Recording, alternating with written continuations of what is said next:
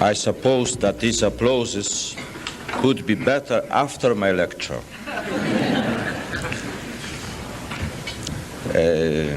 I am sure that my office, ecclesiastical office, is much more eminent as my English. But I suppose also that all distinguished guests of this lecture are also very indulgent. The first, I express my gratitude to the persons who spoke before me, and I express a special gratitude for this commemorative sign of the University of Wisconsin, Stephen Points. Thank you very much, Mr. Chancellor. As the subject of my lecture, I choose the theme Catholic learning in Poland today. I begin with the first point, some introductory informations. I am happy to take up within the context of today's meeting the topic Catholic learning in Poland, since the subject is in many respects very close to my heart. After studies in Krakow and Rome, I did postdoctoral work in the School of Theology at the Jagiellonian University in 1953. I was and still am connected with the philosophy department of the Catholic University of Lublin, but because of many episcopal obligations, I no longer am directly involved in supervising scholarly work there in the area of ethics, especially of anthropology. On the other hand, I am chairman of the Episcopal Commission for Catholic Learning, as well as chairman of the Educational Council of the Polish Episcopate. Each of these bodies has as its aim concern for the development of Catholic learning, although each in a somewhat different way. The Commission is a working and service organ in relation to the Episcopal Conference in matters of Catholic learning in Poland, with particular consideration for institutions of higher learning of an academic character and also of major seminaries. On the other hand, the Educational Council, composed of the most competent professors and individuals in the field of Catholic learning, is above all a consultative organ. Frequently, it functions as an ecclesiastical commission for accreditation, as well as recognizing the degrees of autonomous specialist in foro ecclesiastico. In our situation, the existence of such an instrument is particularly important. The activity of the Commission for Catholic Learning and of the Episcopal Educational Council in Poland is recognized by the Apostolic See, that is, by the Congregation Pro Institutione Catholica, of which I am also a member. The affairs of Catholic academic institutions are of particular concern for this congregation, as recent documents give testimony. along with meetings of the congregation with representatives of universities and Catholic departments, that is, of academic institutions, as well as the preparation of a new constitution regulating their activity. A final word in this introduction is reserved for the organization which bears the title FIUC, Fédération Internationale des Universités Catholiques, the International Federation for the Catholic Universities. For our Polish academic institutions are also related with it.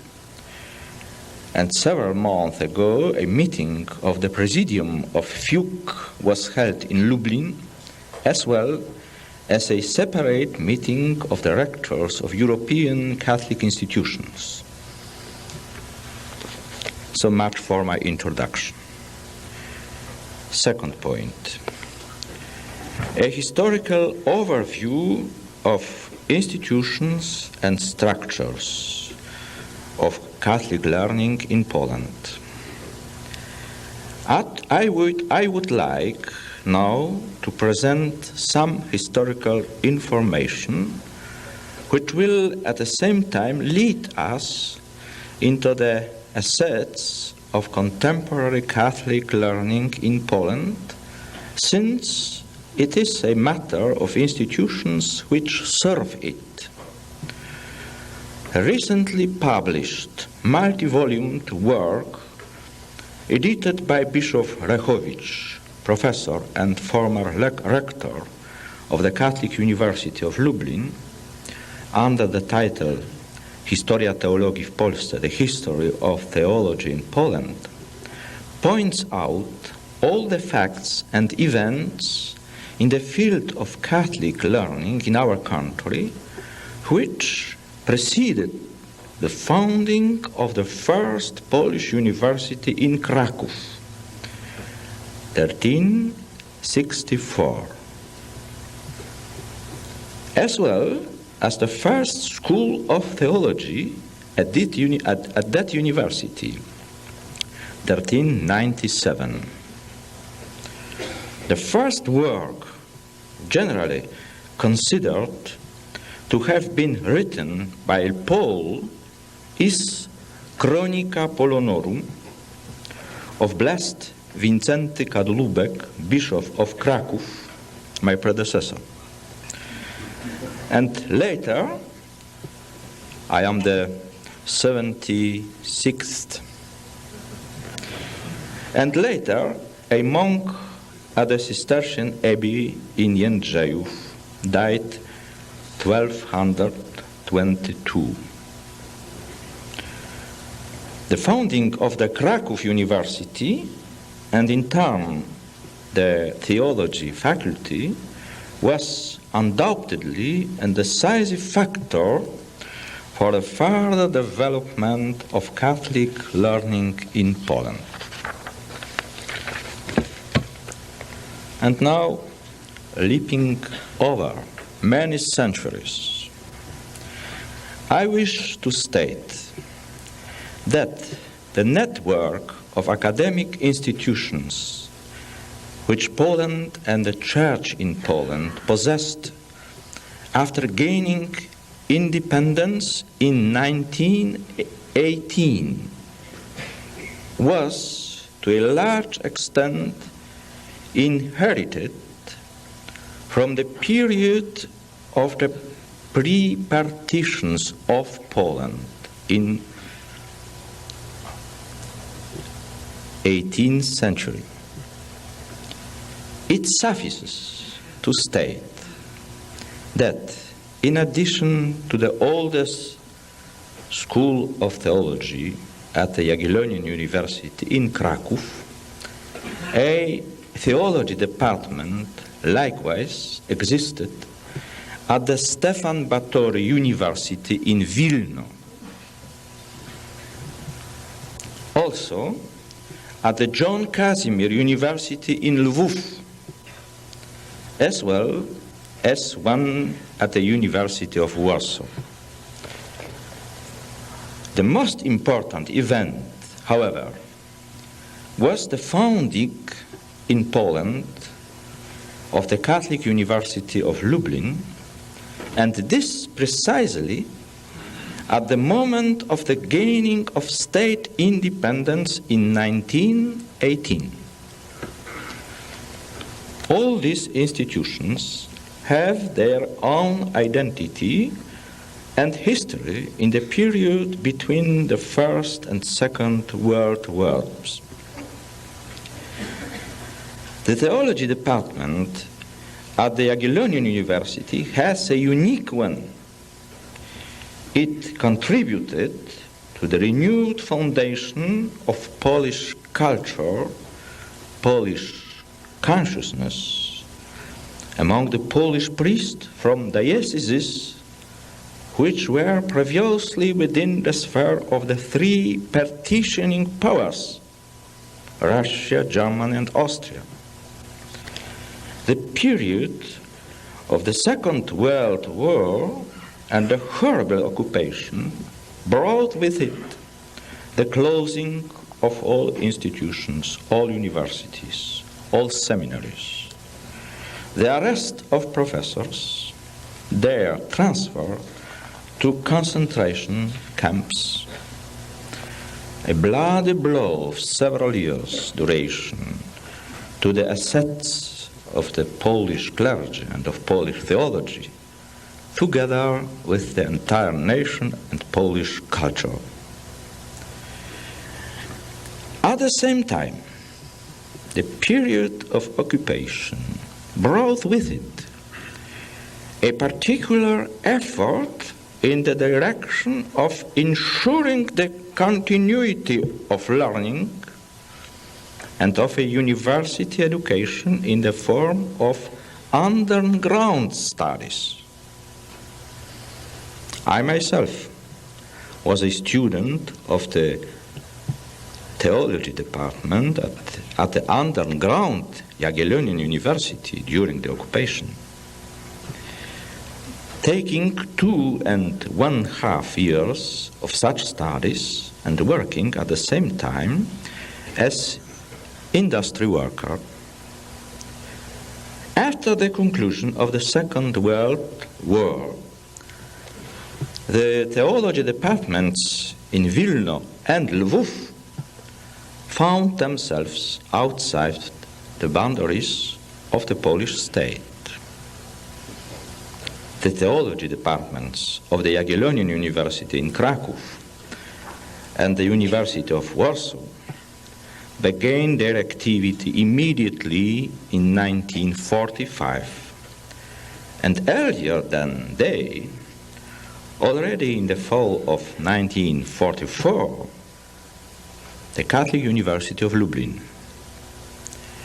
In 1954, the state authorities liquidated the theology departments in the state universities at Kraków and Warsaw, creating at the same time, independently without any coordination with the Holy See, with the Apostolic See, for only to her does this matter belong, a new state institution under the name of the Academy of Catholic Theology in Warsaw.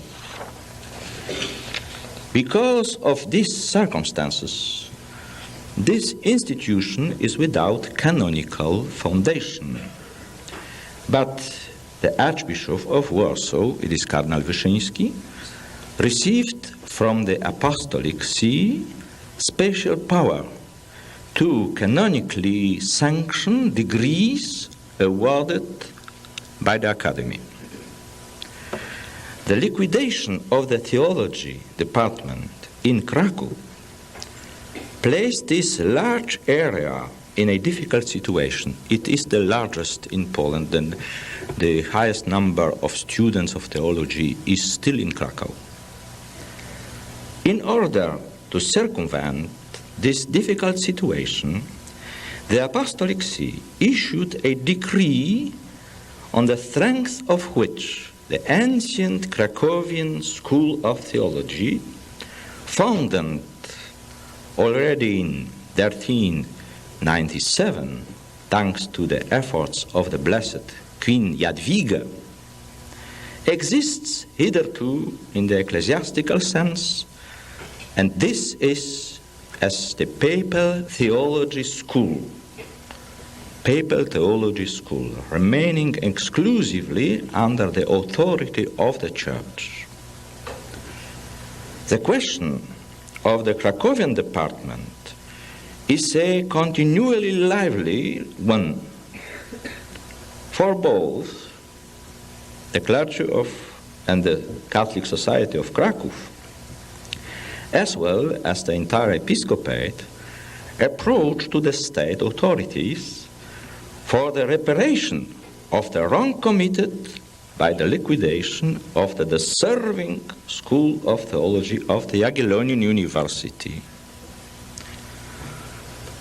The question of the Krakowian Department of Theology became likewise the point of departure for new enterprises in the field of Catholic learning on the part of the Conference of the Polish Episcopate. For if during the interwar period the Church in Poland had 5 academic institutions for the education of the clergy, so in the present situation it needs at least this same number of centers for this purpose. For this reason, in addition to Lublin, Warsaw and Kraków, such centers were organized in Wrocław and in Poznań. In Wrocław, the theology department was active at the university during the Prussian partition. In Poznań, we had the old school of Lubrański. A plan was prepared for a theology department at the State University of Adam Mickiewicz after the gaining of independence in 1918. But the creation of this department did not come to realization. Presently it functions as a purely ecclesiastical institution. As a result, five Catholic academic centers exist in Poland, but not all with the accordance of the state. Lublin with the Catholic University, Warsaw with the State Academy of Catholic Theology. We also have in Warsaw the parallel Christian Theological Academy, as well as the Papal schools of theology in Kraków, Wrocław and Poznań. A similar school of theology under the name Academic Theological Studium exists likewise in Warsaw, independently of the Academy of Catholic Theology. It is recognized by the Apostolic See as an ecclesiastical continuation of the theology department of the University of Warsaw. So in Warsaw the situation is the most complicated. Our major seminaries are in contact with these centers. According to the plan coordinated with the Congregation of the Holy See, Pro Institutione Catholica, the major seminaries enter into agreements for scholarly cooperation with these academic ecclesiastical institutions. These arrangements make possible the acquisition of basic academic degrees, Master of Theology, by the graduates of our major seminaries under specified conditions. The Commission for Catholic Learning oversees these affairs. I must add that the number of seminaries in Poland corresponds more or less to the number of dioceses. Even the small diocese of Drohyczyn, the rest of Pinsk, has its own seminary. Only the rest of the Archdiocese of Lwów doesn't have. In Lubachów. The seminaries or religious orders and of male congregations constitute a second group. The total number of seminaries for the education and formation of the clergy is approximately 60. A special task is the formation and theological education of sisters. It is also accomplished by some special institutes. For instance, in Krakow, the Higher Institute for Catechetic Formation of Sisters, connected with the theological school, the School of Theology in Krakow. Many seminaries stand very high in the field of learning. Among the professors, there are at least several so-called autonomous scholars, docent, that is, those having undergone postdoctoral work. Some seminaries have a magnificent publication record. Professors and lecturers who work in the mentioned institutions work in disciplines peculiar to the particular institution. These educators belong to special association or section of learning. These sections have scholarly conferences at least once a year. Some biblical scholars, for example, organize their own congresses. Once every 5 years, a Congress of Polish Theology is held. One will be held in Kraków in September of this year. I must return quickly to be there. The theme of this Congress is Theology, the study of God. In 1971, the Congress held in Lublin considered the topic theology and anthropology. In 1966, Polish Millennium, the Congress also in Lublin considered the influence of Vatican II on theology.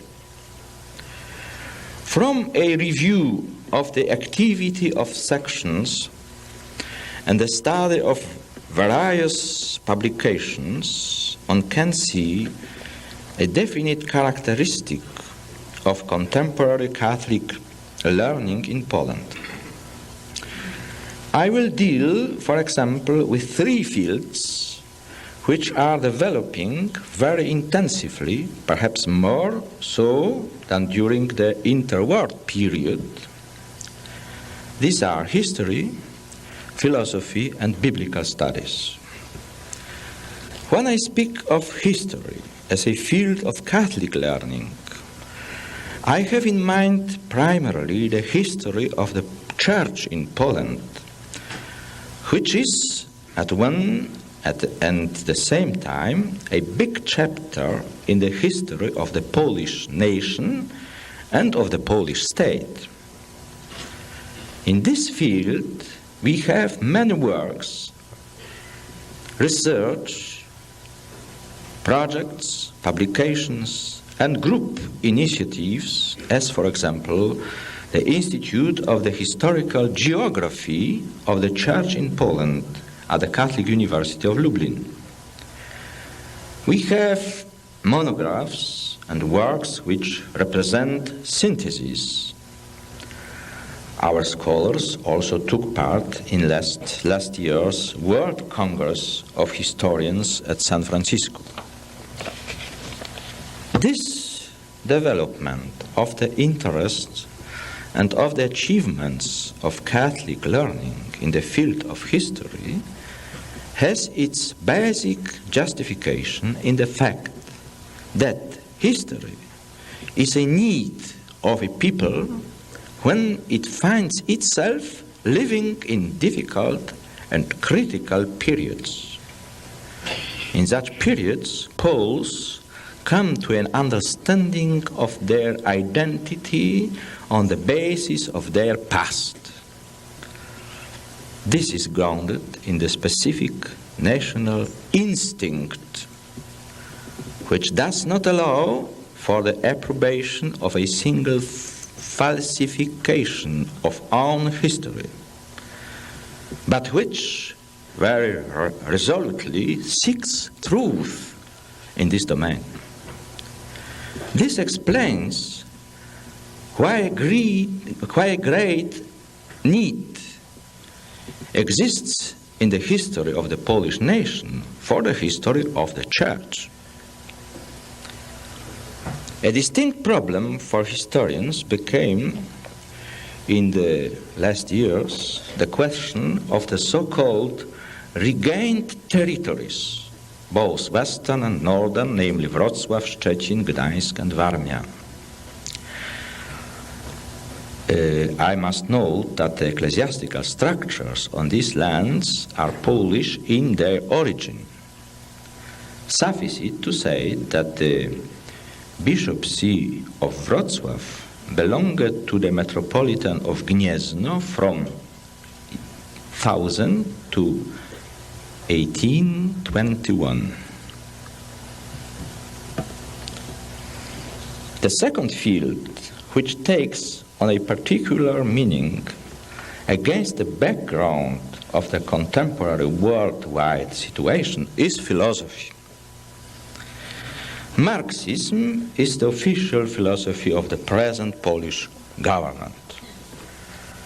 Polish philosophical traditions of the last century, in particular, are characterized on the one hand by a tie with positivism, the Lwów-Warsaw School, and on the other with phenomenology, whose representative of the highest class was Roman Ingarden, Lwów-Kraków. Catholic philosophy develops in relationship to all these trends. It has its own traditional Aristotelian Thomistic profile. Added to it are the methodological aspects of the school of Polish logicians, such as Łukasiewicz, Tarski, and Ajdukiewicz. Polish Catholic philosophy also takes much from phenomenology. We observe all these orientations in Lublin, such professors as Kamiński, Krąpiec, Stępień, Styczeń, in Kraków, such as Jaworski, Stróżewski, Tischner. Though one cannot speak of a formal dialogue with Marxism, a formal dialogue doesn't exist. One can note in the writings of Polish Catholic philosophers a systematic handling of problems posed by Marxist philosophy, a pointing out of gaps and a presentation of solutions, such names of Professor Kusak, Ślipko. Such a route leads to a deeper justification of the truth of the Catholic worldview. Philosophy plays a basic role here, whence its development and vitality. A special word deserves to be said about the research and discoveries in the field of the history of philosophy, especially Polish medieval philosophy. Research began during the interwar period by such scholars as the famous Konstanty Michalski, and has found such successors as Professor Świeżawski and others. Polish theology has strong ties with the speculative tradition of the Western theology.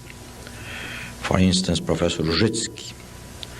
It is also very sensitive to the currents of reinterpretation. It seems, however, that Polish theology manifests great reserve against so many Western publications and a correct relationship to the teaching of the Church, to the magisterium. A good sense. Deserving special attention is the great development of biblical studies. Perhaps never before did Poland have so many biblical scholars as now, and so many who underwent a reliable European schooling in biblical studies. This is apparent in many publications and in some kind of systematic process of biblifying entire theological learning. Biblical scholars of the Polish millennium translated the Holy Scriptures into Polish from the original languages.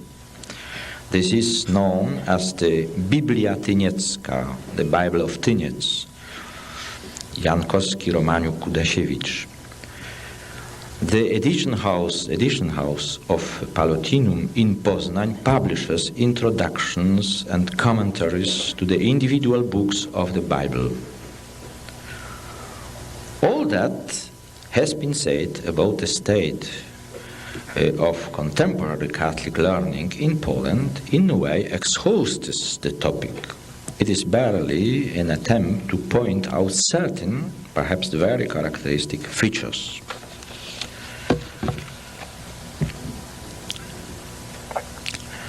Point 4, concluding characteristics.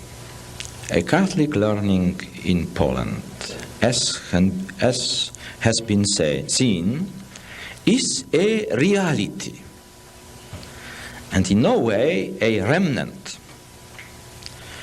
It is an authentic continuity of previous phases of development. It also attempts to be part of the current of the contemporary life of the Church and of the life of its own society. It has at its disposal a certain core and workshop. One cannot say that this core and workshop is adequate, but it is there. We are doing all we can to prevent ourselves from becoming marginal. We are doing all we can to prevent the further reduction of necessary needs. And such tendencies exist. They flow out of the assumptions of an atheistic system according to which religion in the new government ought to disappear.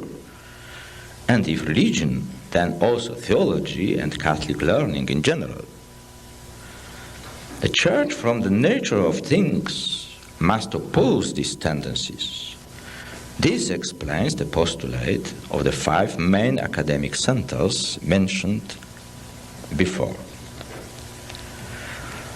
Catholic learning in Poland, like all Catholic culture, demands the rights of citizenship in the life of our society.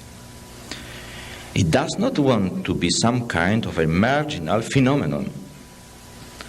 It does not want to be confined to circles of professionals only, that is, of the clergy. Though the Church in Poland looks upon the education of the clergy as fundamental, the Church also considers the academic status of clergy a fundamental issue. That means social rights flowing out of completed higher studies, academic studies. Catholic learning in Poland also asks that it be allowed to have a real influence on the form of the entire present and future Polish culture. And here, our call and our workshop is decidedly insufficient. The one and only Department of Humanities, and this is numerically a meager one, is at the Catholic University of Lublin. We need more departments of secular studies. Even the old Department of Social Sciences at the Catholic University of Lublin was liquidated after 1945. This is a very serious problem. It is a matter of forming a Catholic intelligentsia. We do the best we can through pastoral work among students and the university, as well as among the university and professional intelligentsia. This is hardly a direct method.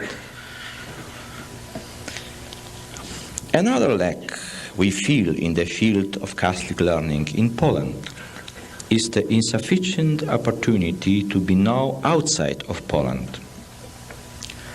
The works of non-Polish theologians and philosophers are known to Poles, but Polish theology and philosophy is very little known outside Poland. A foreign market is not necessary for the development of these sciences in Poland, but it is nevertheless a lack. I think that the Polish-American community could help in this respect. The aim of learning is the solid cognition of truth in every field. Catholic learning, through the realization of this aim, serves to deepen the human and Christian consciousness. The attainment of this aim is dependent of didactics, on teaching, on the transmission of knowledge. The Church in Poland is doing all it can to fulfill this function at various levels. In this paper, I have concentrated above all on learning at the university level. The problem of teaching is greater. It embraces the elementary and junior high levels. It also embraces, in some kind of sense, the post-university period, the education of adults. Under this aspect, the core and workshop of learning and of Catholic teaching is decidedly insufficient. It is not commensurate with the needs and the rights of Catholic society in Poland, which constitutes more than 90% of the citizens. Schools at all levels are almost entirely state schools. They were fully secularized. The study of religion and all religious externals were removed from them. The realization of this fact permits us to better understand how responsible and difficult are the tasks of Catholic learning in Poland. These tasks are an organic part of the Church's mission in Poland. One can look at the entirety of this mission, from a number of different viewpoints. If we could fuse all these viewpoints into a whole, we would get a broad picture of the life of Catholic nation in this new and difficult segment of its history. Let the segment analyzed here by me in in a less than detailed fashion, permit us to look at the entirety in at least some kind of measure. Thank you.